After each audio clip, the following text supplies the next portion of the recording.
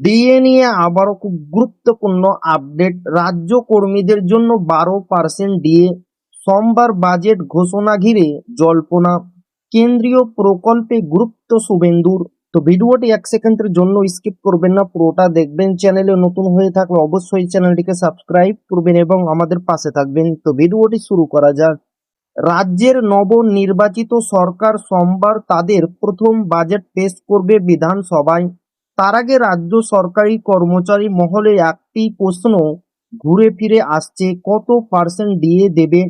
নবান্নের আনাচে কানাচে থেকে দূর জেলার সরকারি অফিস সর্বত্রই চলছে জল্পনা।